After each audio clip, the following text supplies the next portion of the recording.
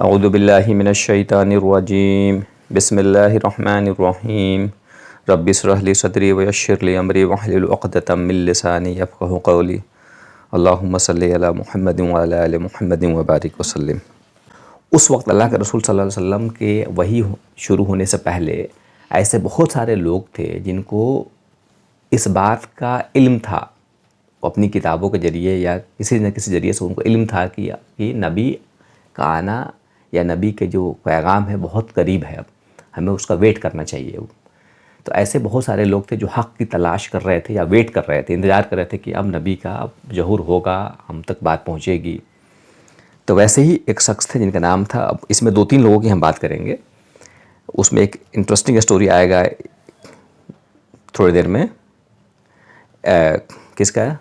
सलमान फ़ारसी रज़ियल्लाहु, वो भी उस वैसे ही शख्स में से थे जो कि वो भी अल्लाह के रसूल सल्लल्लाहु अलैहि वसल्लम के एक आखिरी नबी को वो भी इंतज़ार कर रहे थे, वो भी तलाश में थे।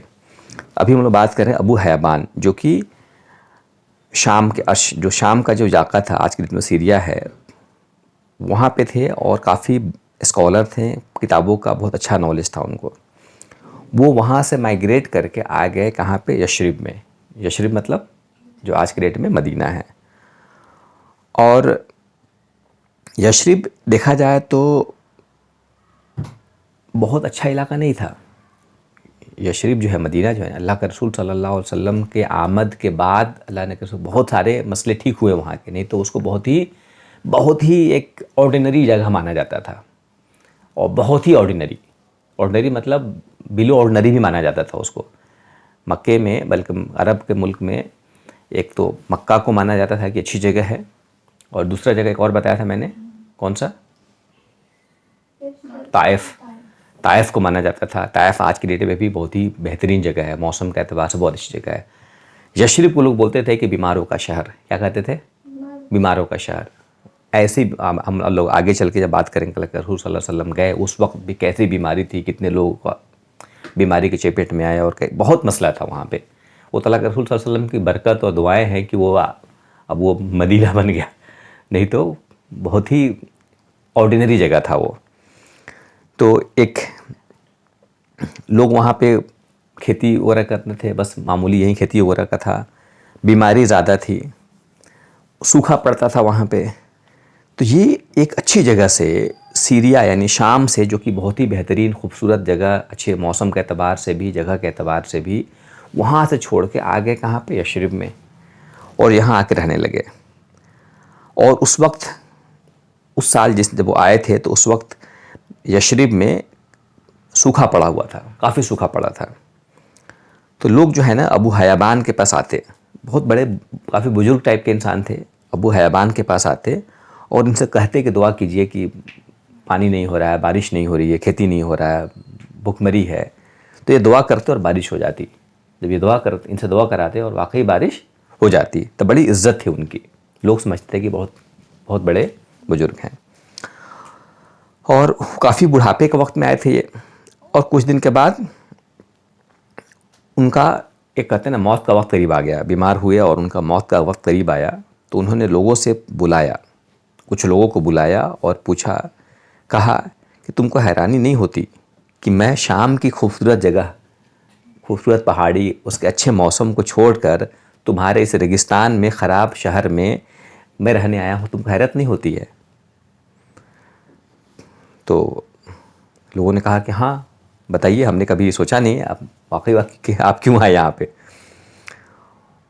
तो लोगों ने कहा कि सचमुच आप यहाँ क्यों आए हैं? तो अबू हयाबान ने कहा कि मैं किताबों में पढ़ चुका हूँ, मैं अपने मजहब की किताबों का मुताला कर चुका हूँ, पढ़ चुका हूँ, और उसमें यह है कि एक नबी आने वाले हैं, और यहाँ तक है कि नबी हिजरत करके इसी इलाके में आएंगे। हिजरत करके यानी माइग्रेट करके नबी अरब की किसी जगह पे आएंगे, वहाँ से माइग्रेट करके यहाँ आएंगे, और मैंने उम्मीद की थी कि अल्लाह ताला मुझे वो दिन दिखाएगा। मैं ये उम्मीद में आया था कि अल्लाह ताला वो दिन मुझे दिखाएगा और मैं उनका मानने वाला बनूंगा, मैं ईमान लाऊंगा, उनके हाथ पे हाथ रखूंगा। लेकिन अफसोस कि अब मैं मर रहा हूँ और वह दिन अभी नहीं आया। अगर तुम लोग उस दिन तक जियो तो ज़रूर उन पे ईमान लाना, उनका साथ देना। ये हयाबान एक यहूदी थे, उनका वाक़या था ये। यानी कहने का मतलब है कि नसीहत, यानी अल्लाह ताला ने सूरह बकरा में इसलिए बताया, सूरह बकरा में जो बहुत तफसील से बताया है, जो 89 आयत है, जिसमें अल्लाह ने कहा है कि उनके पास, अल्लाह ने खुद कह रहे हैं कि और जब उनके पास अल्लाह की ओर से किताब आई जो इसकी पूरी तरह से, कहते हैं ना, खबर देती है, यानी कंफर्म करता है कि जो उनके पास थी, यानी वो उनको अच्छी इस तरह से पहचानते थे और उन्होंने उसे मानने से इनकार कर दिया। यानी उनको सब अच्छे से मालूम था, लेकिन फिर बाद में उन्होंने उसे इनकार कर दिया। तो अल्लाह ताला की लानत हो काफिरों पर। अल्लाह ने कुरान में खुद कहा है कि उनको अच्छे से मालूम था, उनके किताबों में भी है इस चीज़ को, भले वो बाद में बदल दे, उसको नहीं माने, ये इसलिए उन पर लानत है, लेकिन उनको अच्छे से मालूम था इस बात का। एक और इंटरेस्टिंग वाक़या है, दूसरे इसी टाइप का वाक़या है। एक सहाबी हैं, अंसारी सहाबी, सलमत उस सलामा, एक सहाबी हैं जो बदर में शरीक हुए थे। बदर एक बदरी सहाबी, बदर एक जंग हुआ था जिसके बारे में हम लोग बहुत आगे बात करेंगे। तो एक सहाबी का, बदरी सहाबी का मकाम बहुत ज़्यादा है। जो बदर में जो शरीक हुए थे लड़ाई में, उनका मकाम और ज़्यादा है। शहाबा तो सारे ही काबिल तारीफ़ हैं, लेकिन जो बदर में शरीक हुए उनका एक अलग ही कैटेगरी है। ठीक है, तो ये बहुत गौर सुनो कि कितना कैसे इंसान की फितरत कैसी होती है, इंसान के अंदर एरोगेंस, कहते हैं ना, जलन, हसद क्या होता है, ये इस वाक़ये से मालूम होता है। एक सहाबी हैं जिनका नाम है सलामा, जो कि बदरी सहाबी है। उनका एक पड़ोसी था जो कि यहूदी था, जिसका नाम आता है बनु अब्दुल असहल कबीले से था। उनका नाम नहीं है बल्कि उस कबीले से थे, बनु अब्दुल असहल कबीले से था। उस जो यहूदी था उनका नाम आता है, कहीं कहीं पे नाम आता है यूशा। यूशा एक नबी का भी नाम है, इनका भी नाम यूशा आता है, यूशा। तो छोटे बचपन का एक वाक़या याद कर रहा है कि जब मैं छोटा था तो मैं यूशा से मिला, हमारे घर वाले मिले उनसे। तो यूशा उस वक्त बात कर रहे थे आखिरत की, बात कर रहे थे क़यामत के दिन की, कि देखो क़यामत के दिन होगा। बात कर रहे थे मीज़ान का, यानी तुम्हारे अमाल को तौला जाएगा, तुम्हारे अमाल का वजन देखा जाएगा। बात कर रहे थे जहन्नम की, बात कर रहे थे जन्नत की। बोले कि ये हम लोगों के लिए बड़ा अजीब सा बात है, हम लोग बुतों को पूजा करने वाले थे, हम लोग मूर्ति को पूजा करते हैं, हमारे लिए आखिरत की कोई कंसेप्ट ही नहीं है। हमारे जो लोग बुत को मानते हैं उनके यहाँ आखिरत का कंसेप्ट नहीं है। उनका है कि रीबर्थ है, कि हम इंसान है तो कुछ और होगा, वो अलग उनका सोच है। हमारे यहाँ है कि डे ऑफ जजमेंट होगा, हिसाब होगा, क़यामत का दिन आएगा जब ये सबको एक एक चीज़ का हिसाब देना पड़ेगा। तो वो कहे कि हमारे लिए बड़ी अजीब सी बात थी कि हम लोग तो इस चीज़ को मानते ही नहीं हैं। लेकिन वो यूशा जो थे वो इन सब बातों का खूब खुल कर तज़किरा करते थे। हम लोग कहते, हमारे फैमिली ये तो छोटे थे, उनके परिवार के लोग कहते थे तुम्हें क्या हो गया है, क्या तुम इस बात पे यकीन करते हो कि इंसान मरने के बाद फिर जिएगा? बड़ा अजीब लगता है ना, जो चीज़ मर गया वो कैसे ज़िंदा होगा, लॉजिकल नहीं लगता है। ये आर्गूमेंट है, उस वक्त भी लोग आर्गूमेंट देते थे। सच में आखिरत होगी, हिसाब कैसे होगा, जब मर गया तो ख़त्म हो गया। तो यूशा ने कहा कि हाँ मैं मानता हूँ, कसम खाए कहते थे कि मैं कसम खाए कहता हूँ कि ऐसा होगा, ऐसा मानना ही नहीं बल्कि ऐसा होगा, पक्का है। तो उनके घर वाले कहते थे कि तुम्हारे पास क्या निशानी है, कोई निशानी है इसकी, क्या तुम्हारी बात हम क्यों माने? तो ईशा ने कहा कि पता नहीं, मेरे पास कुछ ऐसा नहीं है, लेकिन एक बात ध्यान रखो कि एक नबी हैं जो इस इलाके में आएंगे।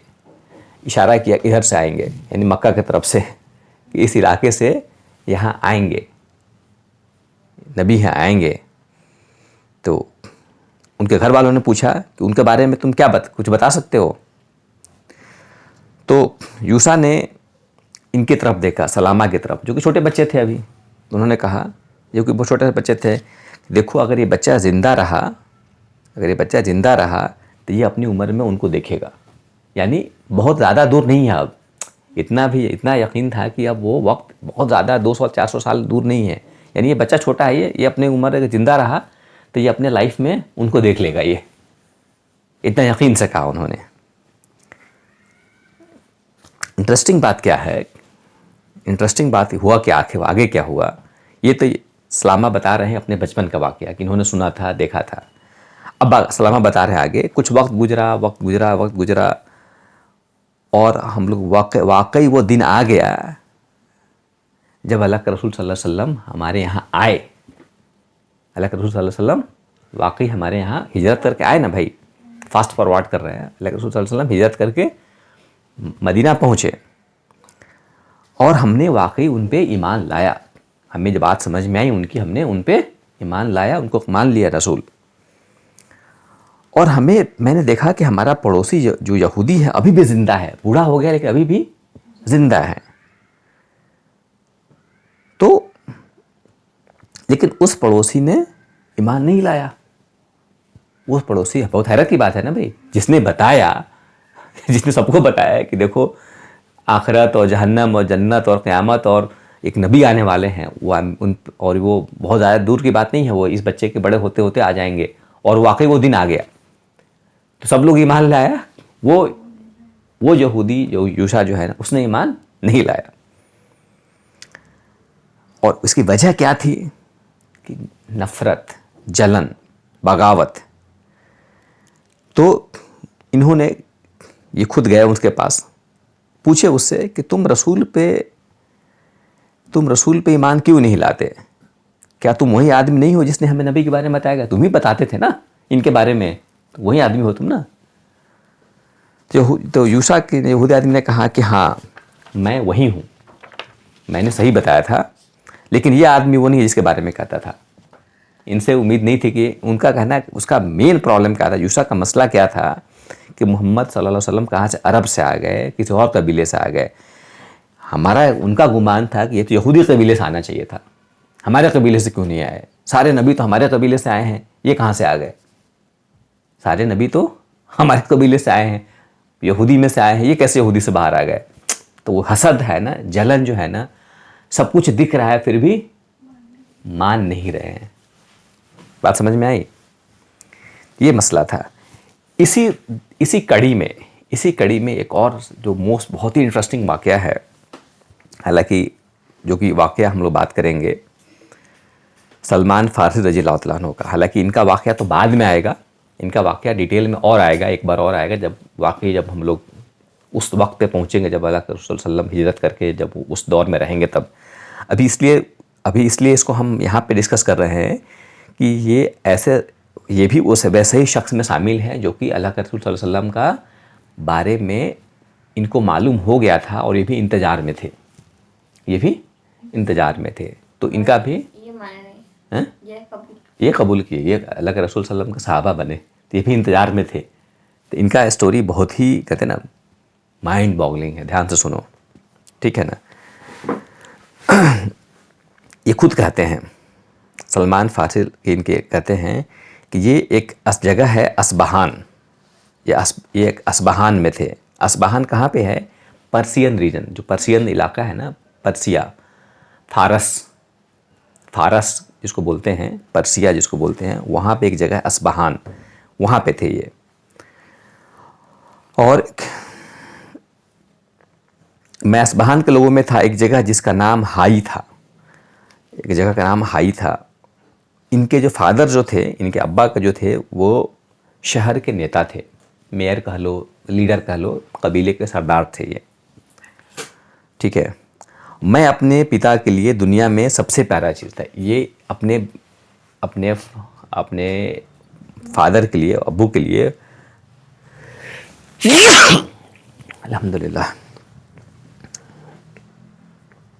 कहते हैं कि इनके अब्बू जो है ना, बहुत ज़्यादा इनको प्यार करते थे, बहुत अजीज़ रखते थे, बहुत ज़्यादा इनको मानते थे, बहुत ज़्यादा परवाह करते थे। वो इतना परवाह करते थे कि इनको कैद करके रखते थे। इनको कैद करके, कहीं होता है ना, बहुत सारे लोग होते हैं जो ज़्यादा प्रोटेक्टिव होते हैं, तो वो कहीं बाहर नहीं जाना है, यहाँ पर रहना है, कुछ हो जाएगा। जैसे उस ज़माने में बहुत सारे लड़कियों को प्रोटेक्शन मिलता है कि नहीं, घर से बाहर नहीं, लड़की है तो नहीं जा सकती है बाहर। ये तो अभी तक है कि लड़की है तो बाहर, तो वैसे उनको रखते थे, वो लड़की की तरह रखते थे, घर से बाहर नहीं जाना है, ओवर प्रोटेक्टेड थे, घर में उनको बंद करके रखा जाता था, बाहर आना जाना बिल्कुल नहीं था। और ऐसे ही उनकी परवरिश हो रही थी। उनको कहीं सफ़र करने का इजाज़त नहीं देते थे। उनका काम इबादत करते थे, घर वाले इबादत करते थे, ये भी वैसे ही इबादत करते थे। और ये लोग जो थे ना, ये लोग मजूसी थे, यानी आग को पूजा करते थे। क्या करते थे? आग को खुदा मानते थे, आग को पूजा करते थे। और इनके फैमिली और इनके पूरे इलाके का रिलीजन यही था कि आग की पूजा करना। और चूँकि ये एक अपने सरदार, अपने इलाके के मतलब लीडर थे, तो इनके जिम्मे थी कि वो जो आग जिसको पूजा किया जाता है, कभी आग वो बुझे नहीं, उसको बुझने नहीं देते थे, आग को बुझने नहीं देना है। तो ये सलमान फ़ारसी जो थे, इनका काम था कि ये थोड़े थोड़े देर पे वो आग जो जल रहा है उसको जलाते रहना, उसमें कुछ रुई का गोला बना के, कुछ ऐसा कपड़ा या रुई का गोला बना के डाल देना, ताकि फिर वो सुलगता रहे, बुझे नहीं। आग को बुझने, जो उसको खुदा मानते थे वो लोग, ठीक है, ये इनका काम था। ऐसे ही चल रहा था इनकी कैद वाली ज़िंदगी, इबादत करना है, आग को बुझने नहीं देना है, हर थोड़ी देर पे जाके उसमें डाल देना है। एक बार की बात है कि उनके फादर ने कहा कि मुझे किसी को पैसे वापस करना है, मुझे किसी को पैसे देना है, और मैं बहुत ज़्यादा मशगूल हूँ, आज बहुत बिजी हूँ, मेरे पास बिल्कुल टाइम नहीं है, मेरे पास कोई ऑप्शन ही नहीं है इसके कि मैं तुमको भेजूँ, दूसरा कोई तुम्हारे भेजने के अलावा मेरे पास कोई ऑप्शन नहीं है। तुमको मैं काम देता हूँ, ये पैसे लेके जाओ और कहीं रुकना मत, जाओ फलाने शख्स को पैसा देना और सीधे वापस चले आना, ठीक है? मुझे पसंद नहीं है तुमको बाहर भेजना, लेकिन मेरे पास कोई ऑप्शन नहीं है। तो ये बोले ठीक है। इनको पैसे दिए गए और ये निकल गए जहाँ पैसे देने थे। जब रास्ते में गए तो इनको रास्ते में एक चर्च दिखा, गिरजाघर, रास्ते में चर्च से गुजरे वो, तो देखा उन्होंने, आवाज़ आई कि यहाँ पे कुछ इबादत, उनके जो तरीक़े होते हैं प्रेयर करने के, पूजा करने का, वहाँ से आवाज़ आई। सोचे कि चलो देखते हैं, होता है ना बच्चे में क्यूरियोसिटी होती है, देखिए क्या हो रहा है। वो अंदर गए, देखा कि सब लोग अपनी तरह से इबादत कर रहे हैं, नमाज जो भी उनका इबादत है। तो इनको बड़ी हैरत हुई कि अच्छा ऐसे इबादत करते हैं, क्योंकि इन्होंने कुछ देखा ही नहीं था। इनको तो मालूम है कि इसी आग के सामने ही सजदा कर रहा है, उसके अलावा कुछ मालूम नहीं था। तो उन्होंने देखा तो उनको बहुत हैरानी हुई और बड़ा अच्छा लगा उनको बहुत पसंद आया कि अच्छा ऐसे इबादत करते हैं। तो उनको अच्छा लगा, उनकी बातें सुनी और वो दिन भर वहीं रह गए। दिन भर शाम हो गई, उनको लगा कि ये तो मेरे धर्म से ज़्यादा बेहतर है, मेरा जो रिलीजन है उससे ज़्यादा बेहतर है ये। जब शाम हो गई, जब ख़त्म हो गया, जब उन्होंने तो उनसे पूछा, उन लोगों से पूछा कि भाई ये जो तुम कर रहे हो ये इबादत, ये तुमने कहाँ से सीखा है, ये किसने बताया तुमको इस तरीके से इबादत करना? तो उन्होंने कहा कि हम सीरिया से सीखे हैं, सीरिया के इलाके से, सीरिया में क्रिश्चियनिटी का था, वहाँ से सीखे हैं। खैर ये आप आगे बढ़े, जहाँ पैसा देना था वहाँ दे दिए और ये वापस आए। वापस आए तो पता चला कि इनका अब्बू खुद निकल गया ढूंढने के लिए। इनके अब्बू खुद इनको ढूंढने निकल गए हैं कि भाई कितना देर कहाँ हो गया। बहुत बेचैन थे, बहुत डांटा भी, तुम कहाँ थे, इतना पैसा लेके सीधे घर आना था, कहाँ रुक गए।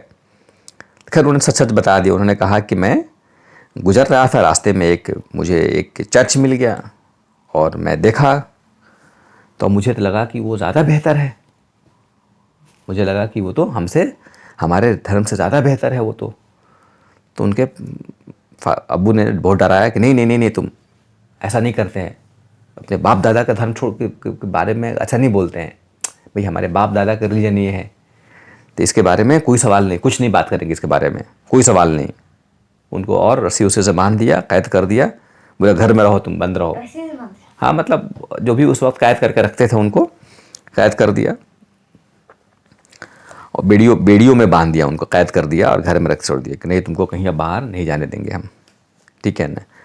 अब इन्होंने क्या किया, इन्होंने खबर भिजवाया, किसी के ज़रिए से खबर भिजवाया उसी चर्च में कि देखो अगर कोई मुसाफिर शाम की तरफ जाना हो, कोई जा रहा हो तो मुझे बताना। क्योंकि इन्होंने पूछा था ना कि भाई तुम लोगों ने कहाँ से सीखा, तो उन्होंने क्या बताया था कि हमने शाम की तरफ से वहाँ से आया है, ये वहाँ से सीखा है। तो इन्होंने क्या खबर भिजवाया उस चर्च में कि कोई अगर शाम के रास्ते में जाने वाला हो तो मुझे बताना, इतना खबर भिजवा दिया। और हुआ यही, एक वक्त आया कि कुछ व्यापारी थे, कुछ बिजनेसमैन थे जो कि शाम जाने वाले थे।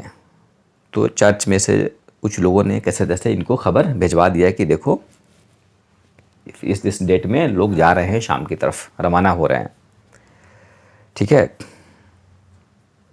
फिर उन्होंने खबर भिजवाया कि जिस दिन वो शाम वापस जाएंगे मुझे भी खबर देना।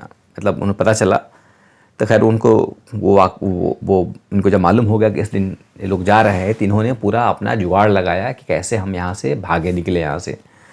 तो कैसे तैसे उन्होंने जंजीर तोड़ी, घर को कैसे कैसे किया और मुश्किल से घर से अपने फरार हुए और उन लोगों के साथ हो लिए जो शाम जा रहे थे। ठीक है। और उन लोगों के साथ हो लिया।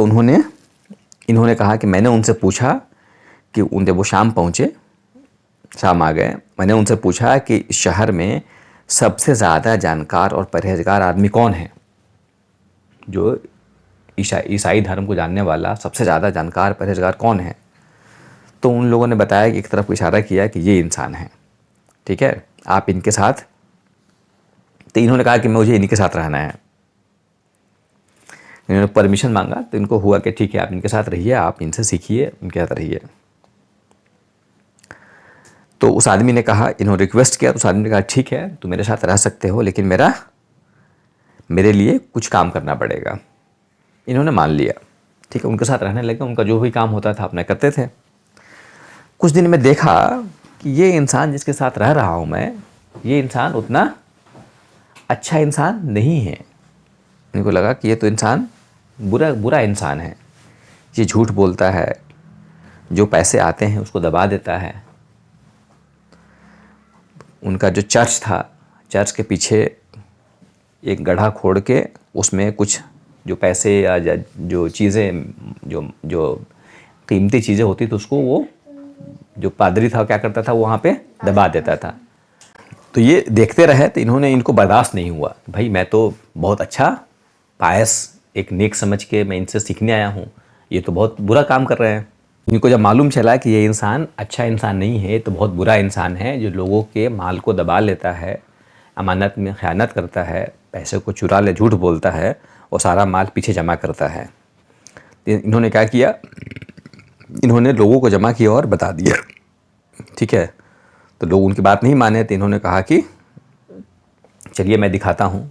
इन्होंने वाकई उस जगह पे आए और खोद कर दिखाया, तो वहाँ से उस सोने चांदी के जो कीमती चीज़ें थी वहाँ से मिले। लोगों ने जो पादरी था उनको पकड़ा और लोगों ने उसको फांसी पर लटका दिया। भाई इतना बड़ा आदमी इतना धोखा दे रहा है लोगों को, तो उसके पादरी को फांसी पर लटका दिया और उसको दफन भी नहीं किया, छोड़ दो ऐसे ही सड़ते रहने दो, ताकि लोगों को सबक मिले कि भाई ऐसा काम नहीं करना है। फिर बाद में शाम के लोगों ने दूसरे पादरी को चुना। दूसरे पादरी यानी जो उसके जो फादर होते हैं, जो उनके जो हेड होते हैं, दूसरे को चुना गया। वो काफ़ी परहेजगार थे, वो काफ़ी नेक परहेजगार। सलमान फ़ारसी कहते हैं कि मैं उनके साथ रहा और वो काफ़ी नेक थे, उनसे मैंने सीखा। लेकिन वो काफ़ी बूढ़े थे, उनका भी मौत का वक्त करीब आ गया। मैंने उनसे कहा कि मैंने आपसे बहुत कुछ सीखा है, इससे पहले मैं बुरे लोगों के साथ रह चुका हूँ, मुझे किसी अच्छे आदमी का पता बताइए जिसके पास मैं जा सकूँ। मैं ऑलरेडी मेरा पुराना एक्सपीरियंस बहुत बुरा रहा है, आप मुझे बताइए कि मैं इसके बाद कहाँ जाऊँ। मैं कि बताया किसी के पास, आप वहाँ चले जाओ। तो ये वहाँ चले गए। तो ऐसा फिर उसके पास होता है ना, पादरी ज़्यादातर होते हैं वो बूढ़े होते हैं, तो एक वक्त तक रहे, फिर उनका वक्त करीब आ गया। फिर उन्होंने सेम सवाल किया कि मुझे नेक आदमी को बताइए कि मैं किससे जाके मिलूँ। तो ऐसा 3-4 बार हुआ, ऐसा 3 से 4 बार हुआ। अलग अलग पादरियों के साथ जाते गए और उनके साथ वक्त गुजारते रहे, और उसमें उनको कुछ सीखने को मिला। और आखिर में जिसके पास गए, जिसका नाम आता है अम्मू रियाह नाम की जगह पे गए, सॉरी ये एक जगह का नाम है, ये आखिरी पादरी के साथ वहाँ मिले गए, वो अम्मू रियाह नाम की जगह पे। तो अब जब उनका आखिरी वक्त आ गया, जब वो बूढ़े हो गए, आखिरी वक्त आ गया, तब इन्होंने कहा कि सेम सवाल किया कि मैं किसके पास जाऊँ, मुझे किसी के पास बताइए कहाँ मैं जाऊँ अब। तो उस पादरी ने जवाब दिया कि अब मेरे पास तुम्हारे लिए कोई जगह नहीं है, तुम्हारे लिए कोई नहीं है, तुम्हें एक ख़ास जगह जाना होगा, अरब का जगह, हिजाज का जगह, जहाँ पे खेती होती है, वहाँ पे ज़्यादातर लोग बुत की पूजा करते हैं, वहाँ जाना होगा और तुम्हें वहाँ पे इंतज़ार करना होगा, क्योंकि आखिरी ज़माने के नबी वहीं मिलेंगे तुम्हें। अब इसके बाद मेरे बाद अब कोई इंसान नहीं दिखता है जहाँ तुमको मैं भेजूँ, बल्कि तुमको वहाँ जाना होगा, वहाँ आखिरी नबी, आखिरी ज़माने के नबी आएंगे। और उन्होंने बताया तो उनकी नबूवत की निशानियों पर ध्यान देना, कैसे पहचानोगे, उनकी निशानियों पर ध्यान देना। वो तोहफे कबूल करेंगे, यानी गिफ्ट दिया जाएगा तो कबूल करेंगे, लेकिन खुद अपने लिए सदका नहीं लेंगे। कोई सदका दे दे तो नहीं लेंगे, लेकिन कोई तोहफ़ा दे दे तो वो कबूल कर लेंगे। उनके दोनों कंधों के बीच में नबूवत की मुहर होगी, वहाँ जाओ, वहाँ जाके इंतज़ार करना। ये आखिरी पादरी ने कहा। खैर वो साथ में रहे, उसके पादरी के साथ में, जब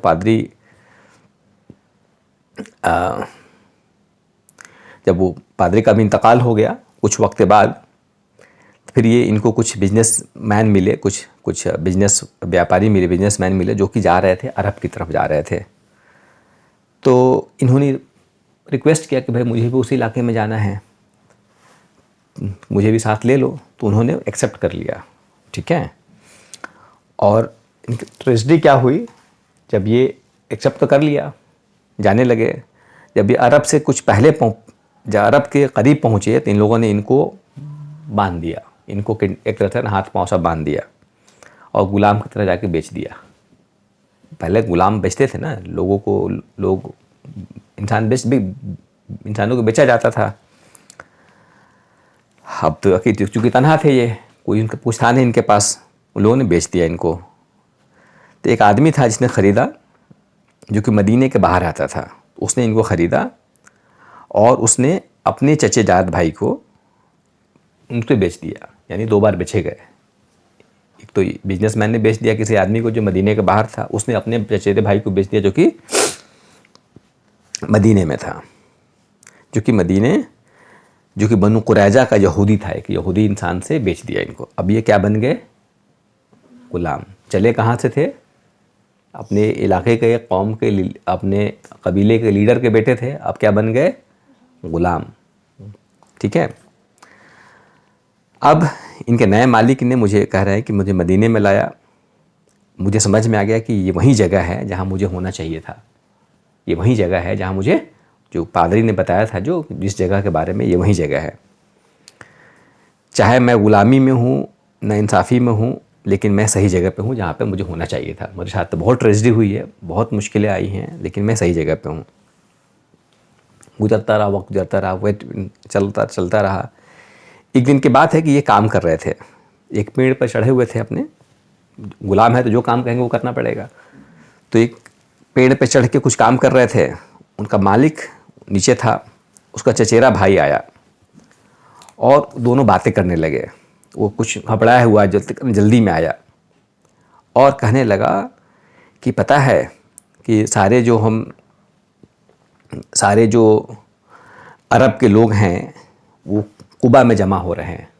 कुबा एक मदीने के बाहर एक जगह है जिसका नाम है कुबा, और वो लोग, मतलब आगे की बात बता दे रहा हूँ, अल्लाह के रसूल सल्लल्लाहु अलैहि वसल्लम मक्का में थे, जब मक्का से माइग्रेट करके आए तो मदीने में आए। तो मदीने में डायरेक्ट नहीं आए, मदीने से बाहरी इलाके में एक जगह है जिसको बोलते हैं कुबा। तो पहले आए तो वहाँ कुबा में रुके और वहाँ से फिर आए मदीने में, कहते हैं ना एक शहर के बाहर का जस्ट, तो कुबा में। ये ऐसा हुआ था, तो उस वक्त की बात है ये। अब ये पेड़ के ऊपर है, उनका भाई क्या बात कर रहा है कि तुमने सुना है कि मैंने सुना है कि अरब के जितने बुत पूजा करने वाले लोग हैं ये लोग कुबा में जमा हो गए हैं और ऐसे आदमी का इस्तकबाल कर रहे हैं, ऐसे आदमी का जो वेलकम कर रहे हैं जो दावा करता है कि नबी हैं, दावा करता है कि नबी हैं। तो सलमान फारसी कहते हैं मैंने ये बात सुना, मैं पेड़ से गिर गया। मैं चूँकि ये इनका दिमाग तो वहीं पे था ना, ये तो वेट कर रहे थे भाई कि इस इलाके में नबी आने वाले हैं, जिस बात का वो पता नहीं कब से वेट कर रहे थे। तो ये सुना, सुनते ही इतना हड़बड़ा गए वो कि वो पेड़ से लगभग गिर पड़े, नीचे उतरे और अपने मालिक से कहा तुमने क्या कहा, क्या कहा, फिर से कहो क्या कहा। तो मालिक ने एक थप्पड़ लगाया, मालिक ने एक थप्पड़ लगाया, बोले जाओ अपने काम करो, अपना अपना काम करो, तुम बीच में क्यों आ गए। खैर उनको बात सुन लिया उन्होंने, तो उन्होंने कुछ समय और इंतज़ार किया और थोड़े बहुत कैसे तैसे अपने पैसे जमा किए और ये गए, कुबा में गए, कैसे जैसे तैसे मैनेज करके कुबा में गए और कुछ पैसे जमा किए तो उसका उन्होंने फल ख़रीदा। गए तो वहाँ उनको नबी मिले सल्लल्लाहु अलैहि वसल्लम और उनके पास गए और उन्होंने कहा कि ये फल है, आपके लिए सदका है।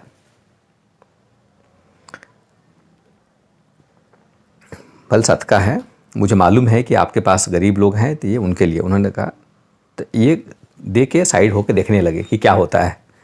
ये दूर खड़े हो गए, देखा कि उन्होंने कुछ सहाबा को बुलाया, अल्लाह के रसूल सल्लल्लाहु अलैहि वसल्लम ने, उन्होंने सारा का सारा फल सहाबा को दे दिया, खुद कुछ नहीं लिया उसमें से, खुद कुछ नहीं खाया।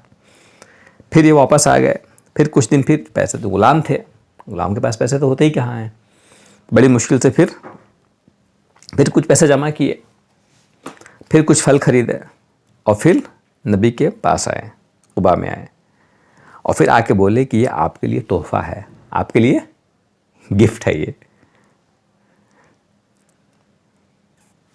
तो इन्होंने कहा भी कि आपके लिए तोहफ़ा है, मैंने देखा कि आपने पिछली बार कुछ नहीं लिया था, ये आपके लिए तोहफ़ा है, तोहफे के तौर पर है।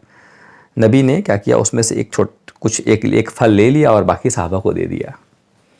फिर ये चले आए, इनको यकीन, दो चीज़ तो प्रूफ हो गया कि एक सदका वो नहीं ले लेते हैं, गिफ्ट कबूल करेंगे। फिर वो चले आए, फिर एक कुछ दिन के बाद वापस फिर आए नबी के पास, आए, उन्हें सलाम किया और फिर बैठ गए, उनके पीछे जाके बैठ गए। हाँ, पीछे जाके बैठ गए। अल्लाह के रसूल सल्लल्लाहु अलैहि वसल्लम क्या था कि उस वक्त कपड़े दो कपड़े पहनते थे, एक तो तहबंद होता था और एक शॉल टाइप का कुछ चादर जैसा अपना ढके रहते थे ऊपर के हिस्से को, ठीक है ना, नीचे कपड़ा पहनते थे और ऊपर के बदन को ढके रहते थे। तो ये अपना बैठ के कोशिश कर रहे हैं क्या देखने का, क्योंकि 3 निशानी बताया गया था, 2 तो पूरा हो गया, क्या देखना, उनके दोनों कंधों के बीच में मोहरे नबूवत है। ये इनकी कोशिश थी कैसे मैं उनको देख लूँ, लेकिन बोल नहीं सकते कि दिखा दीजिए। तो वो जब नबी सल्लल्लाहु अलैहि वसल्लम ने देखा कि मेरी अजीब हरकत को देखा तो उन्होंने कहा, बुलाया कि मैं जानता तुम क्या देखना चाहते हो। उन्होंने कहा कि मैं जानता हूँ तुम क्या देखना चाहते हो। उन्होंने अपना ऊपर का कपड़ा हल्का सा हटा दिया, उन्होंने देख लिया, कपड़ा हटा दिया देख लिया। और जैसे ही कह रहे हैं, जैसे ही मैंने देखा मैं दौड़ के आया और उनको पीछे से गले लगा लिया और रोने लगा। कहने लगा कि मैंने 10 को गुजार दिया, डिकेट्स, मतलब बचपन से लेकर जवानी, पता नहीं कितनी उम्र हो गई हो, कितना 10 साल गुजार दिया आपकी तलाश में, सही हक ढूंढने में। मैंने ग़ुलामी बर्दाश्त की, मुझे बेचा गया,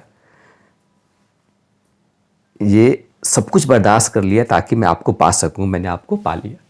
और फ़ौरन उन्होंने इस्लाम को कबूल कर लिया। कितनी मुशक्क़त और कितनी मेहनत के बाद, कैसे स्ट्रगल करने के बाद लोगों ने इस्लाम को पाया। हमको नहीं पता होता है, क्योंकि हमें फ्री में मिला, हमने कोई स्ट्रगल नहीं किया, 0 स्ट्रगल किया है। कैसे लोग घर छोड़ दिए अपना, न खाने का है न कुछ नहीं है, कैसे तैसे, कैसे एक ग़ुलाम बन के ज़िंदगी गुजारना आसान नहीं है। किस वजह से, एक आखिरी नबी है जिनकी बात को मानूंगा मैं, उनको पहचानूंगा, उनकी बात को मानूंगा, उस पर अमल करूंगा। हमें फ्री में मिल गया तो हमें मानने में बहुत परेशानी हो रही है, हमें उसकी कदर नहीं है। वो बाद में फ्री हो गए थे। अब उसका आगे का कहानी है, ये क्या कहानी अब इंशाल्लाह अगले उसमें करेंगे, चूँकि अल्लाह के रसूल सल्लल्लाहु अलैहि वसल्लम ने कैसे इंतज़ाम किया, ये इसके बारे में है, थोड़ा वाक़या लंबा है, इसकी अभी ज़्यादा हमारे पास टाइम नहीं, 8-9 मिनट ही टाइम है इसको हम लोग, लेकिन यहाँ तक ये है कि उन्होंने वो सही चीज़ को हक पहचान लिया, इस्लाम उन्होंने फ़ौरन कबूल कर लिया, दाखिल हो गए, और लेकिन अभी भी वो ग़ुलाम थे, अभी भी वो ग़ुलाम थे उस वक्त। उसके बाद 2 जंगें हुई, उनके इस्लाम कबूल करने के बाद 2 जंगें हुई, एक तो बदर की लड़ाई हुई और एक उहद की लड़ाई हुई, लेकिन दोनों में वो हिस्सा नहीं ले पाए, चूँकि ग़ुलाम थे। ग़ुलाम मतलब यहूदी के ग़ुलाम थे, तो बिना परमिशन तो जा नहीं सकते हैं। लेकिन अल्लाह के रसूल सल्लल्लाहु अलैहि वसल्लम के बहुत करीब रहते थे, और इनको बहुत मलाल था कि मैं इस्लाम का इतना बड़ा जंग हुआ, मैं उसमें शामिल नहीं हो पाया, लेकिन जो ग़ुलाम थे कुछ नहीं कर सकते थे। फिर आगे कैसे अल्लाह के रसूल सल्लल्लाहु अलैहि वसल्लम ने क्या तरीके बताए, कैसे उन्होंने कहा कि तुम अपनी आज़ादी कैसे हासिल करना है, कैसे लोगों ने कोऑपरेट किया, और कैसे, ये भी एक बहुत ही इंटरेस्टिंग वाक़या है। तो दुआ करें कि अल्लाह ताला हमें सही समझ अता फरमाए, जो वाकई जो सीरत है उसका फ़ायदा हमें नसीब फरमाए, उसके समझने की और उस पर अमल करने की, और उस पर चलने की तौफ़ीक़ अता फरमाए। आखिर दुआना सुब्हानल्लाहि बिहम्दिही सुब्हानकल्लाहुम्मा व बिहम्दिका व नशहदु अल्ला इलाहा इल्ला अंता नस्तगफिरुका व नतूबु इलैक। सुब्हान रब्बिका रब्बिल इज़्ज़ति अम्मा यसिफ़ून व सलामुन अलल मुरसलीन वल्हम्दुलिल्लाहि रब्बिल आलमीन। अस्सलामु अलैकुम व रहमतुल्लाहि व बरकातुहू।